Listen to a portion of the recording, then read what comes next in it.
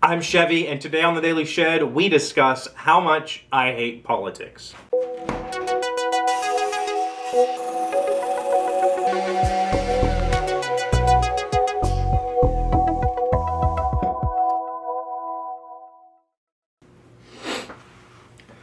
Hello, friends. It's Tuesday. Welcome to the Shed.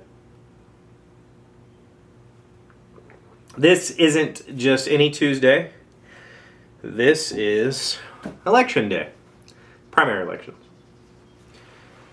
For those of you who aren't familiar with the U.S. justice system, we have elections this week to determine who will be our party representative for the general election.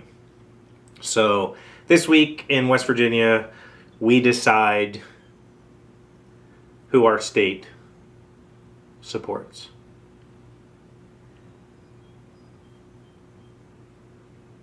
But that doesn't work. It's broken. This is going to be the only time you're going to hear me talk about politics on this show, and this might be one of the few times you'll get to hear me be negative, because politics is this just disastrous creature that corrupts everything that is good about life. And just last week, Donald Trump was in West Virginia. And Donald Trump told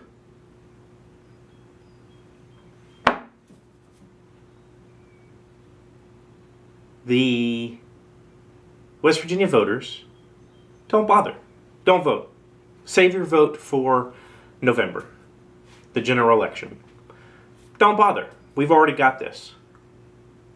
And the screwy, sad part is, he's right.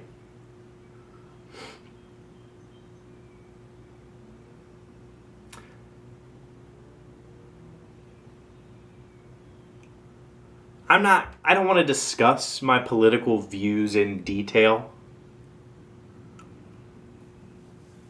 But my current political views are, I will vote for anybody who is not Satan. And I'm pretty sure that if Donald Trump isn't Satan himself, he's like, his handman.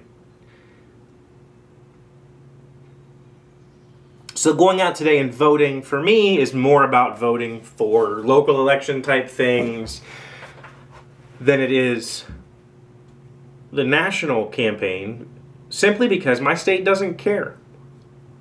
West Virginia is one of the few states, historically,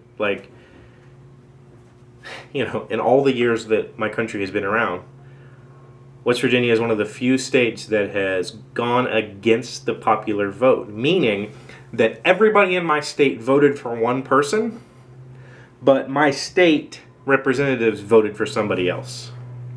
Because that's how screwy our stupid election system is. People don't get votes. We give the votes to a small group of people who are selected by our elected officials. So even if one party brings Satan to the ballot, my state's still going to vote for him.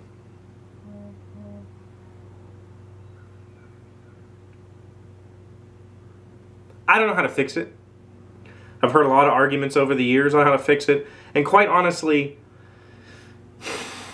none of them make any sense to me. The fix is, there isn't one that is clean and concise that we can just turn the switch this year and we're good. It just doesn't happen that way. That's not how politics work, because anybody who's ever worked for the government knows that things move at the speed of government, and that is like they don't move. Decisions take decades for them to really impact anything or even get through. So on one hand, voting for Satan could mean a revolution. It's just a screwed up situation.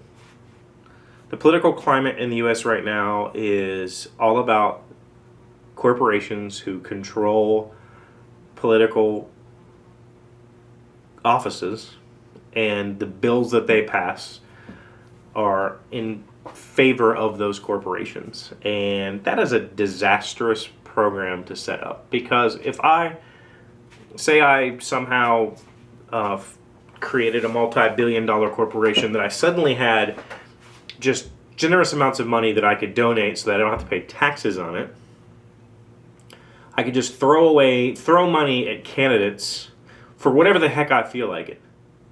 I could suddenly decide that we should have arsenic in our water, and I could lobby for that just by giving money to people who support my crazy idea about how that would help us.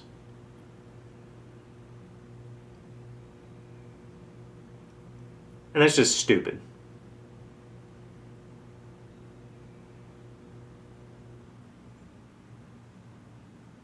Our political system is flawed. Our judicial system is flawed.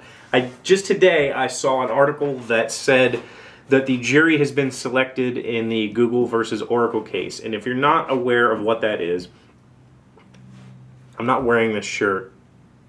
That was an accident. If you're not aware of what that is, if you have an Android phone, it's running a Google operating system that is based on Java, which is owned by Oracle. And Oracle has a whole slew of patents that people pay for to use their software. Well, Oracle has sued Google for copyright infringement because Google is using some Oracle code in the phone's operating system. Now, Google won the first time, and that case was overturned, and now we're back in court again, and people are saying that this court case could be valued at $2 billion in damages. $2 billion. If Oracle wins, Google could end up losing $2 billion for copyright infringement. $2 billion. 12 people get to decide. And of the 12 people, well, I don't know how many there were, of the jury members that were selected to be selected. So we get a pool of people, and then Google and Oracle go, no. These are our 12. Only one of those people had any technical ability at all, and he was immediately dismissed by Oracle.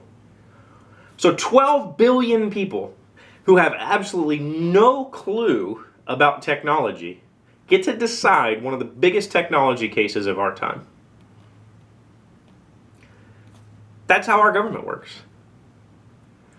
We have congressmen and senators who are completely clueless about the things that they stand for. They'll stand for anything that they get paid to stand for. And they will say it with confidence, even though it is utter bullcrap. And so today I have to go to a poll. I had today off because I work for the Board of Education, and our schools are typically our polling places. So today I get to go to a poll, and I have to decide on who to vote for, even though I know that my vote means nothing. That's a crappy feeling.